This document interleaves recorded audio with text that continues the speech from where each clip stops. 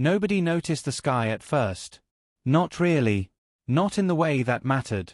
It was just another night over Earth. Quiet, indifferent, the kind of calm that made people forget how fragile it all actually was. In orbit, satellites continued their silent routines. Weather systems were mapped, communications relayed, military grids blinked through automated checks. And then, without warning, the sky changed. It began as a faint discoloration at the edge of observation feeds. A shift in spectral readings that most systems dismissed as calibration drift. In the control room of the orbital tracking station Theta 9, technicians barely glanced up from their consoles. Until the alerts started stacking. One after another. Not errors. Warnings. Atmospheric anomaly detected. Unidentified objects approaching high orbit. Trajectory inconsistent with known debris patterns.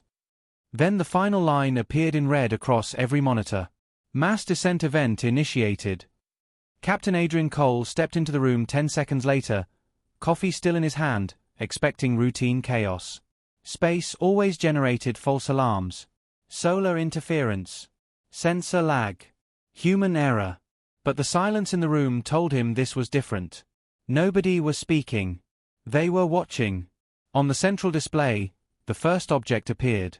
A shape, high above the Pacific. Too large to be debris. Too controlled to be meteorological. It descended without wobble, without fragmentation, without any of the chaos natural objects displayed when entering atmosphere. Cole narrowed his eyes. Zoom trajectory, he ordered. The image sharpened. And he felt, for the first time in his career, something close to doubt. It wasn't just one object. There were dozens. No, hundreds. Forming a lattice across the upper atmosphere, evenly spaced, synchronized. They weren't falling. They were arriving. Identify origin, someone muttered behind him. No known launch signature, another replied immediately. No propulsion trail. No radar acquisition before entry. Cole placed his coffee down slowly. So they just appeared. A pause. Then the systems answered for them. Negative. They were always there. Previously undetected. That was impossible. But the sky didn't care about what was supposed to be possible. Across the planet, similar scenes unfolded in military stations, observatories, civilian satellites. Networks that had never failed in decades began to flicker, not from overload, but from something more unsettling. Interference that felt deliberate. Not random noise. Structure. In Tokyo, a weather balloon stopped transmitting mid-ascent. In Berlin, air defense radar screens briefly inverted their color palettes before stabilizing on unfamiliar readings. In California, an experimental deep space array detected a synchronized pulse from low orbit. Too organized to be natural, too precise to be coincidence. And then came the fire. Not explosions. Not impacts. Fire that traced lines across the upper atmosphere as the objects entered denser air layers. Thin, glowing arcs that stretched across continents like burning veins. The sky itself seemed to split open in segments, each one illuminated by descending forms moving with impossible precision. Captain Cole watched one of those streaks pass over the Pacific feed. It didn't burn up. It curved. Adjusted. Corrected its descent mid-entry as though the planet itself was being mapped in real time. A technician swallowed hard. Captain, are those guided? Cole didn't answer immediately. His training demanded categories, classifications, logic chains. But nothing in his experience accounted for something falling from orbit with intent. Then the system spoke again. A new alert, deeper in priority. Not red. Not amber. Black. Communication attempt detected. Every console in the room flickered at once. Audio channels opened automatically, though no one had initiated them. Speakers hissed with static that wasn't random, it pulsed, structured like breath. Then something changed. Not sound. Presence. A pressure behind thought, like standing too close to a storm before it breaks. One of the technicians stumbled back from her station. What is that? Cole's throat went dry. Shut it down. I can't, sir, it's not. The word stopped. Because the static had become language. Not spoken. Not transmitted. Understood. A fragment formed in every mind in the room simultaneously, as if it had always been there and only now had been unlocked. Orbital integrity compromised. Planetary surface selected. Another pause. Then, cataloging resistance potential. Cole felt his pulse slow in a way he didn't like. Resistance? The technician at his left whispered, "Are they talking about us?" Before anyone could respond, the sky on the main screen shifted again. One of the descending objects, larger than the rest, slowed above the stratosphere. It rotated, revealing impossible symmetry, a structure that didn't reflect light so much as reorganize it. And then it began to speak again, clearer now. Not into the station. Into everything. Inhabitants classified, pre-contact industrial. A pause that felt almost evaluative. Resistance threshold, unknown. Captain Adrian Cole stared at the screen, realizing too late that every defensive protocol humanity had built, every satellite, every weapon, every warning system, had already been observed, measured, and dismissed. Outside, through the reinforced observation glass of the station, the sky finally stopped being sky. It became a doorway, and something on the other side began stepping through. Commander Elias Grant had seen panic before. Wars did that to people. So did false alarms, political crises, and the slow breakdown of systems that were never as stable as they pretended to be. But this was different. Because panic usually had a direction. This didn't. It filled every channel at once and still felt strangely quiet. NORAD's underground command core was built to survive nuclear exchange. Reinforced steel, layered concrete, independent power grids, hardened communication lines designed to outlast civilization itself if necessary. And yet, for the first time since its construction, it felt small. Too small. Above them, the world was changing in real time. Screens lined the curved walls of the command center, each one displaying a different region of the planet. Every screen showed the same impossible phenomenon, structured objects descending through the atmosphere with mathematical precision. No turbulence. No fragmentation. No resistance from physics that should have torn them apart. Track East Asia feed, Grant ordered. A technician complied immediately. Tokyo's grid flickered across the main display. Then went dark. Not like a blackout caused by overload. Like something had simply turned it off. 1 second the city existed in full electronic clarity. Air traffic, infrastructure, civilian networks. The next, nothing. A junior analyst swallowed. "Sir, we lost Japan." No one corrected him. Because it wasn't just Japan. The Pacific corridor went silent a few seconds later. Then sections of Europe. Then scattered nodes across North and South America. The pattern was not random. It was selective. Commander Grant leaned forward, studying the descent maps. "They're not targeting cities." A pause. "Then what are they targeting?" someone asked. Grant didn't answer immediately. He couldn't afford the wrong answer. On one of the peripheral screens, an object larger than anything previously recorded passed through the upper atmosphere above the Indian Ocean. It didn't descend like the others. It hovered, impossible, suspended in mid-transition between orbit and entry. Then it rotated. Slowly. Deliberately. And the sensors went blind for exactly 1.7 seconds. When they returned, every satellite that had been observing that sector had changed its orientation. Not crashed. Not destroyed. Reoriented. As if something had reached out and adjusted their gaze. A technician whispered, "That's not interference, that's control." Grant's jaw tightened. "Report status on global communications." "Degrading rapidly," came the reply. "We're losing redundancy across multiple networks. Civilian infrastructure is inconsistent. Some regions still fully operational, others completely isolated. Military." A pause. "Unstable." That word carried more weight than it should have. Unstable meant systems still existed, but were no longer predictable. Grant stood still for a long moment, watching the world fracture across screens in controlled silence. No explosions. No visible destruction. Just disappearance from coordinated observation. Then the anomaly spoke again. Not through speakers this time. Not through systems. Directly. Every personnel in the command center froze simultaneously, as if an unseen hand had pressed against their minds. It wasn't words at first. It was structure. Concept layered over concept. Then translation followed, imperfect but understandable.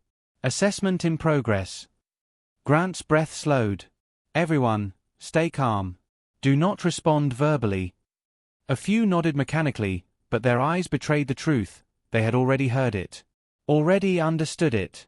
The presence continued. Planetary defense systems detected. Primitive integration. A pause. Then something colder. No coordinated planetary response observed. One of the analysts whispered, almost involuntarily, "Are they scanning us?" Grant shot him a warning glance, but it was too late. The presence shifted. Attention. Not general anymore. Focused. The screens flickered again. This time, not blackouts, but overlays. Data streams that had never existed within human systems began appearing over satellite feeds. Unknown metrics. Unknown language. Unknown structure of thought expressed in numbers that didn't belong to any known mathematical framework. And yet, the systems were rendering them anyway. As if they had always been capable of it. Grant felt something uncomfortable settle in his chest. Is that coming from our satellites? No, sir, the technician replied, voice tight. It's being written into them. The room went still. Written. Not transmitted. Not hacked. Written. Above the Pacific, one of the descending structures slowed again. It wasn't entering a landing trajectory. It was aligning, matching something below it. The surface of Earth itself. Then the message returned, clearer now, refined through repetition. Planetary classification updated. Another pause. Longer this time. Almost contemplative. Inhabited. Non-hostile interference detected. A flicker of relief moved through the room before it was immediately crushed by the next line. Interference source. Unclassified species. Grant exhaled slowly. They're talking about us like we're a variable. No, the analyst said quietly. Like we're not supposed to be here. That thought lingered longer than it should have. On the main display, the largest object yet began its final descent phase over the Australian continent. No flames now. No atmospheric distortion. Just controlled movement, like a needle threading through air too thin to resist it. Grant's voice hardened. Any indication of impact zones? Negative, came the response. They are not predicting impact. They are predicting arrival points. The distinction mattered. Impact implied collision. Arrival implied intent. And intent implied purpose. The room's lighting dimmed briefly as power rerouted through redundant systems. Emergency protocols engaged automatically, but none of them addressed what they were witnessing. You couldn't defend against something that refused to behave like an attacker. Grant stared at the screen, then spoke quietly. Whatever this is, it's not random. No, sir, the technician replied. It's organized. Outside, across the world, the sky continued to burn in silent arcs.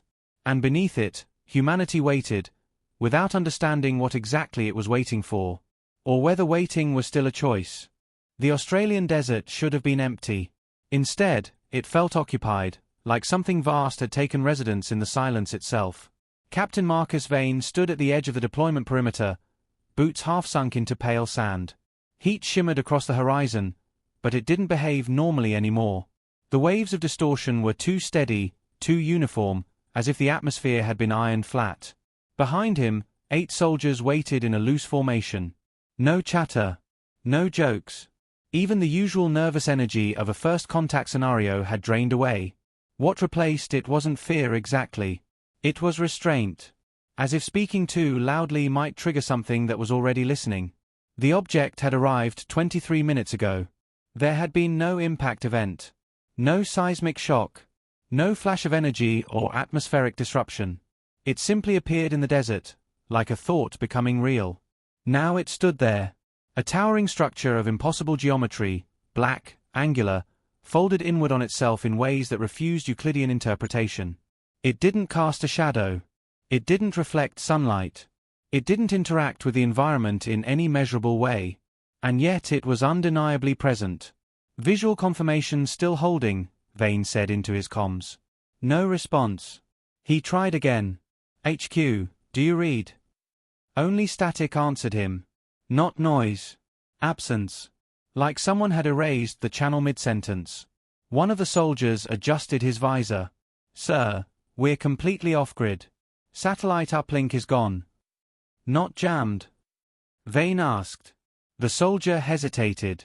No. It's like the satellites aren't responding anymore. That phrasing stuck in the air longer than it should have. Not destroyed. Not disabled. Unresponsive. Vane exhaled slowly. Move in. 50-meter approach. No weapons raised unless I order it. The team advanced. Each step felt measured, not by discipline, but by something else, an invisible resistance, like the desert was subtly discouraging them from continuing. As they closed the distance, details of the structure became more disturbing. It wasn't static. It was adjusting. Angles shifted when not observed directly. Edges appeared sharper when glanced at peripherally, softer when looked at head-on. The object seemed to exist in a state of constant self-correction, as if reality itself couldn't decide what it was supposed to be. Thermals? Vane asked. Still nothing, the tech replied. It's not emitting heat. Or absorbing it. It's outside the spectrum entirely. That doesn't make sense, one soldier muttered. No, Vane said quietly. It doesn't. They stopped at 50 meters. The structure reacted immediately. Not physically. Conceptually. A pressure settled over the group, not sound, not vibration, but awareness. It felt like being noticed by something that didn't require eyes. Then came the message. Not through radios. Not through implants. Directly into cognition. Contingent biological cluster detected. A soldier flinched. Did everyone hear that? No one answered, because they all had. Vane tightened his grip on his rifle. Do not engage. Hold position. The message continued. Local defensive systems, primitive, reactive, uncoordinated. A pause. Then, almost dismissively, ineffective. One of the younger soldiers shifted his stance instinctively, raising his weapon half an inch before stopping himself. The moment he did, the weapon froze. Not physically locked. Not jammed. Invalidated. Its system ceased to function as if the concept of weapon had been removed from it entirely. The soldier stared at it, confused. It's not working. I didn't give the order, Vane snapped. I didn't do anything. The structure responded instantly. Hostile potential detected. Then, after a delay, potential assessed, negligible. The rifle dropped from the soldier's hands as if it had forgotten it was ever meant to be held. No explosion. No retaliation. Just dismissal. Vane felt something cold settle in his chest. This isn't engagement. A voice behind him whispered, then what is it? Before Vane could answer, the structure opened. Not like a door. Not like machinery. More like reality forgetting to stay continuous. A segment of its surface unfolded into a depthless aperture. Inside was not darkness, but layered perception, space folding inward on itself like infinity compressed into a single point. And the voice returned.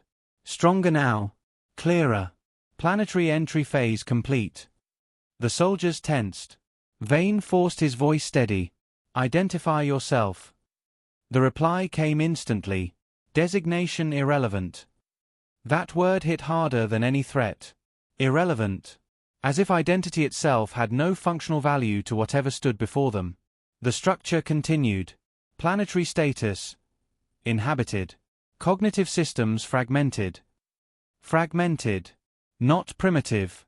Not advanced. Just scattered. As if humanity was being measured as an incomplete structure. Vane stepped forward half a pace. What are you doing here? A pause. Then, assessment of planetary acquisition viability. Silence followed. Even the wind seemed to hesitate. One soldier muttered, acquisition, of what? No answer came directly. Instead, the structure projected something, not visuals, not sound, but understanding. For a brief instant, every man present saw Earth not as a home, not as a world, but as a system being evaluated for extraction. Not resources in the traditional sense. Something deeper. Something living. Something that could be removed without killing the body it came from. The projection vanished as quickly as it arrived. The structure corrected itself. Clarification, harvest process incomplete. A pause. Then, interference species detected. Vane's jaw tightened. We're the interference. No response. Only refinement. You are the variable preventing completion. The aperture widened slightly. Not aggressively. Not invitingly. Simply inevitably. Behind Vane, one of the soldiers whispered, "Sir, it's not talking to us." Vane didn't look back. "What do you mean?" "It's deciding." The structure did not deny it. Because it didn't need to. It had already begun. By the time the message reached Earth's command networks, it was already outdated. That was the first thing Dr. Helena Morris realized. Not because the data was wrong, but because it was being rewritten in real time. She stood inside a reinforced research facility beneath Geneva, surrounded by layered holographic feeds, each one struggling to keep up with what was happening in orbit, atmosphere, and ground-level observation zones simultaneously. The room was designed for xenolinguistic decoding. It had never been tested on something that responded faster than interpretation itself. "Cross-reference satellite overlays," Helena ordered. Her assistant hesitated. "Which feed?" "All of them." A pause. Then the system complied, and immediately began lagging. Not crashing. Struggling. On the main display, Earth's atmosphere was mapped in fractured segments. The descending structures, hundreds of them now confirmed, were no longer simply entering the planet. They were distributing themselves. Evenly. Deliberately. Like a system deploying infrastructure. Helena leaned forward. "They're not attacking." No one responded. Because that conclusion had already been considered, and rejected by everyone who understood the data. "Then what are they doing?" someone asked quietly. Helena didn't answer immediately. Her eyes tracked a new data stream emerging from low orbit. The signal wasn't being transmitted to Earth. It was being generated within Earth's monitoring systems, as if the systems had been taught how to produce it. And what they produced made no sense. Not noise. Not error. Structure. Mathematical patterns that didn't correspond to any known encoding method, but still resolved into something readable when the human mind tried hard enough. She whispered, "They're writing through us." A technician frowned. "That's not possible." Helena didn't look away from the screen. "It is if we're part of the interface." That sentence landed heavily in the room. Before anyone could respond, a priority alert forced itself onto every terminal. No authorization prompt. No security bypass. Just presence. The system spoke. Not in audio. In cognition. Global observation threshold reached. Helena felt a pressure behind her eyes, like something pressing gently against thought itself.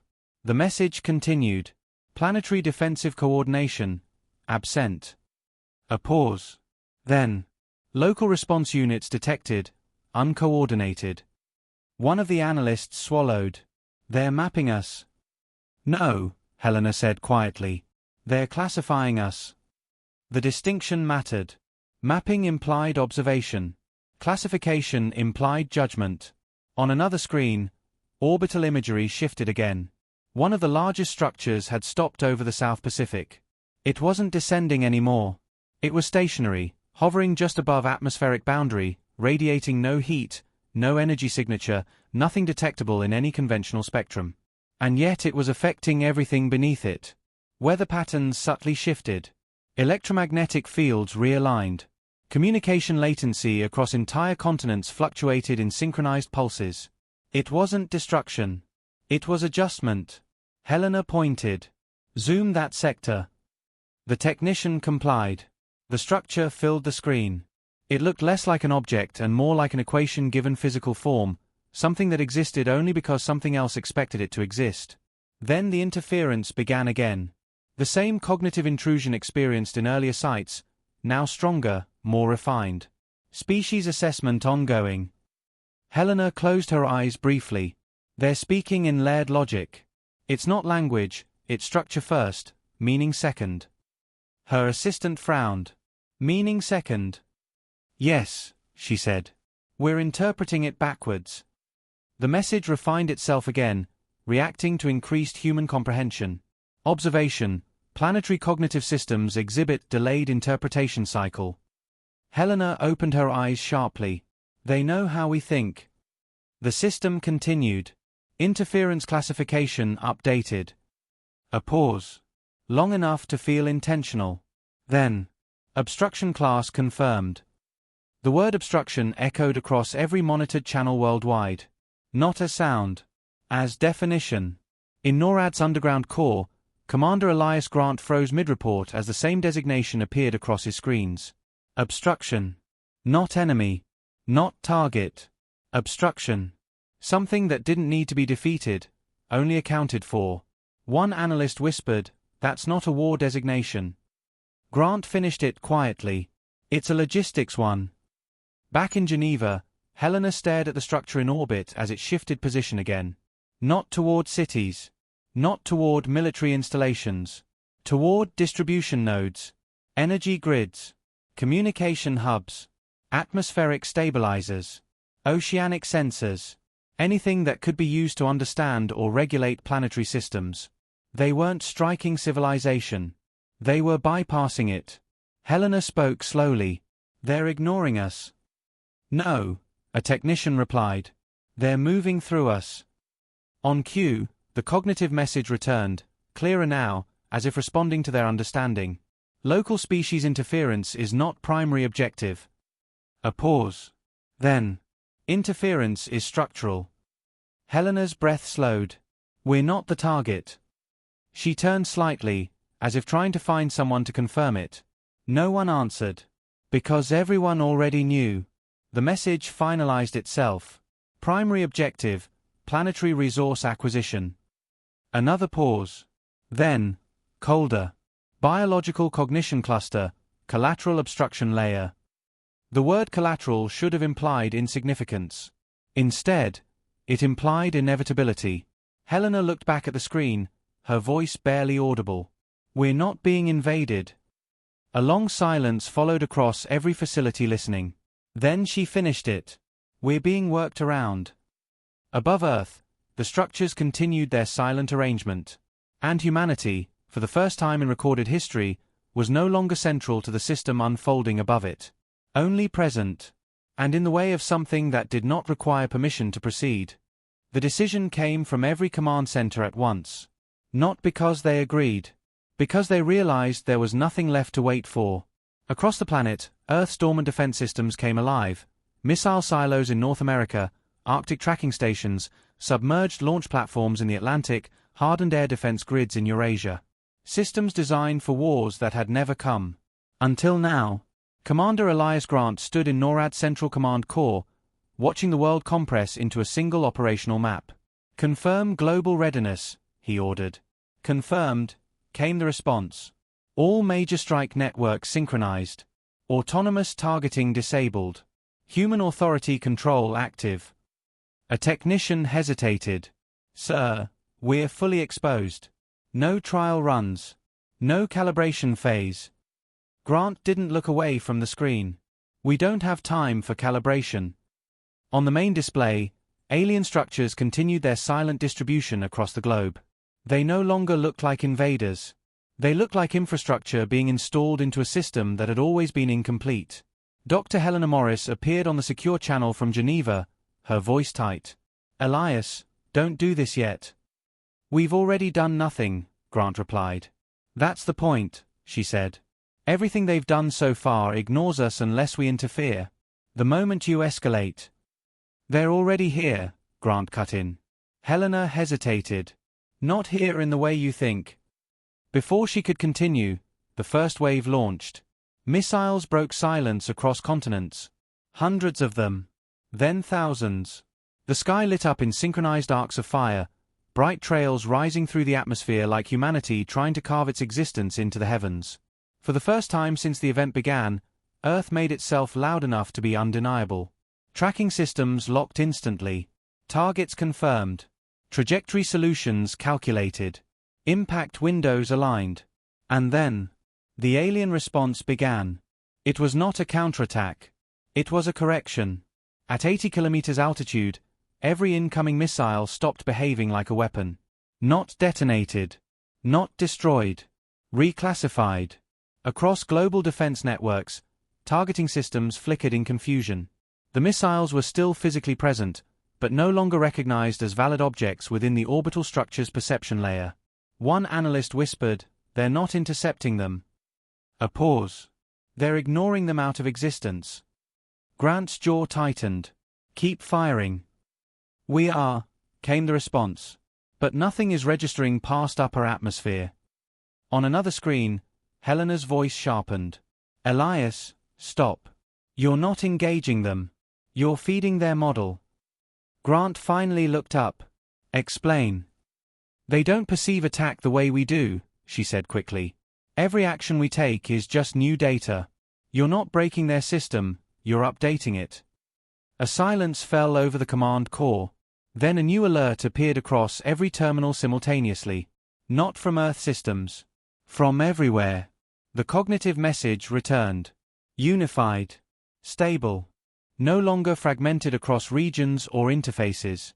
It spoke directly into thought. External system interference detected. Grant felt a chill. "That's new." Helena's expression darkened. "They're adapting." The message continued. Behavioral obstruction escalation observed. A pause. Longer than before. Then. Reclassification required. On every screen, the sky changed. Not visually, but structurally. Sensor overlays began rewriting themselves in real time. Orbital tracking grids realigned. Atmospheric models recompiled without human input. A technician stumbled back from his console. "Sir, the defense network is changing itself." Grant narrowed his eyes. "Into what?" The answer came before anyone could speculate. Helena's voice dropped. "Elias, they're integrating our systems." "What does that mean?" "It means your weapons aren't targeting them anymore." Another pause. "They're learning how they function." Silence spread across the command core. Then Grant spoke quietly. "So we stop firing?" Helena shook her head. "It doesn't matter now." Above the Pacific, the largest structure completed its alignment phase. The atmosphere beneath it stabilized unnaturally, storms dissolving into ordered patterns, wind currents smoothing into mathematical consistency. It wasn't destruction. It was adjustment. Recalibration. Grant watched the feed carefully. "They still haven't attacked." "No," Helena said softly. A long pause. "They've never considered us an opponent." That word landed heavier than any missile strike. Across global systems, the cognitive presence returned once more, stronger, clearer, no longer translated but directly understood. Planetary interference threshold exceeded. Grant's hands tightened. The message continued. Local species classification updated. A pause. Then. Obstruction layer confirmed. The term echoed across every system, every screen, every monitoring station on Earth. Not enemy. Not threat. Obstruction. Something not to be defeated. Something to be worked around. Helena spoke quietly, almost to herself. "We're not in their war." Grant didn't respond. Because the realization had already formed. Above Earth, the sky continued its silent burning, not a fire, but a structure being rewritten in real time. And for the first time since humanity looked upward and saw them arriving, the truth became unavoidable. They were never being invaded. They were being accounted for.